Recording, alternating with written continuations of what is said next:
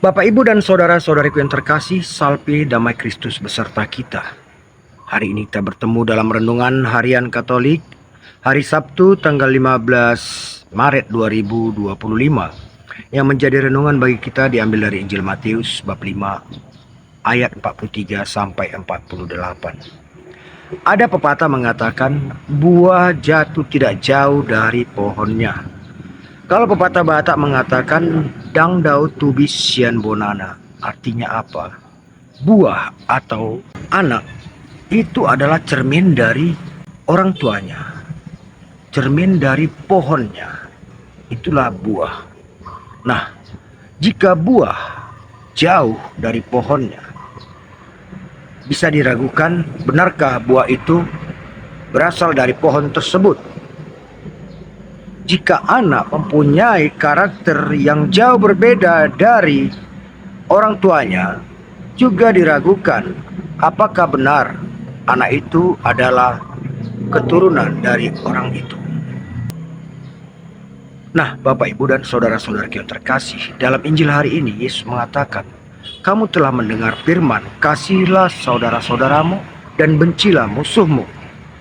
Namun firman ini disempurnakan oleh Yesus. Yesus mengatakan, kasihilah musuhmu. Nah, disinilah hukum kasih Yesus itu tidak mempunyai batas.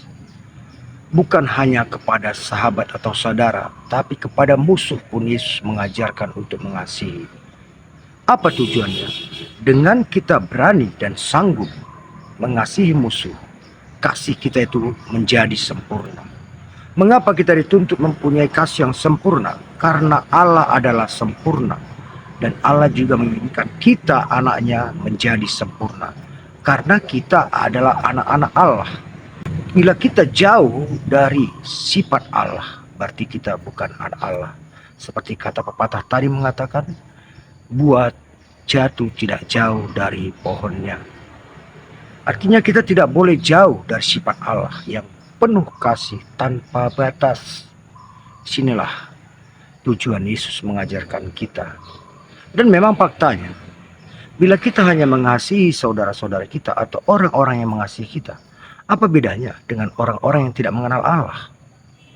Sebab orang-orang yang tidak mengenal Allah juga sangat mengasihi dan mencintai sesamanya. Sesama penjahat sama simpatik, setia. Itulah sifat-sifat orang jahat terhadap sesamanya, namun bukan kepada orang-orang lain, apalagi kepada musuhnya. Disinilah Yesus mengajarkan kita bukan penjahat, kita adalah anak Allah yang maha sempurna, dan kita harus bisa berbeda dengan orang-orang yang tidak mengenal Allah atau orang-orang penjahat. Kita harus bisa mengasihi, mendoakan, mencintai orang-orang yang membenci kita, orang-orang yang tidak mengasihi kita. Nah, saudara-saudara yang terkasih, Injil hari ini begitu bertentangan dengan sifat duniawi. Mengapa demikian? Karena Allah bukan berasal dari dunia. Allah berasal dari surga, di mana tidak ada kebencian, tidak ada kemarahan, tidak ada dendam, yang ada hanya kasih.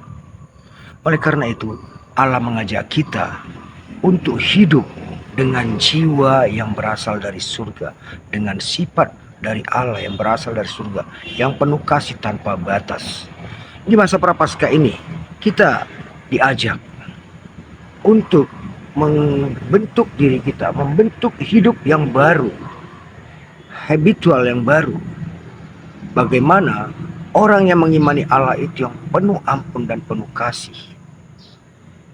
Dan memang ini adalah hal yang terbaik, yang sebenarnya menurut ilmu kejiwaan juga mengampuni adalah salah satu dan bahkan satu yang terbaik untuk mengobati jiwa kita.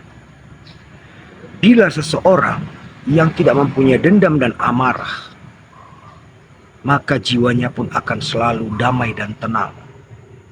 Kita selalu mencari kedamaian dan ketenangan, tapi kita selalu menyimpan dendam. Ini bertolak belakang antara tujuan kita yang ingin hidup damai dengan sikap kita yang selalu menyimpan dendam. Bila ingin damai, buanglah dendam, buanglah kebencian. Dan lebih tinggi lagi, doakanlah orang-orang yang menyakitimu. Inilah yang dikehendaki Allah. Semoga di masa prapaskah ini dapat kita perbarui hidup kita, kita semakin seturut sesuai dengan apa yang dikehendaki Allah, apa yang disabdakan Yesus. Amin. Selamat prapaskah, Tuhan memberkati.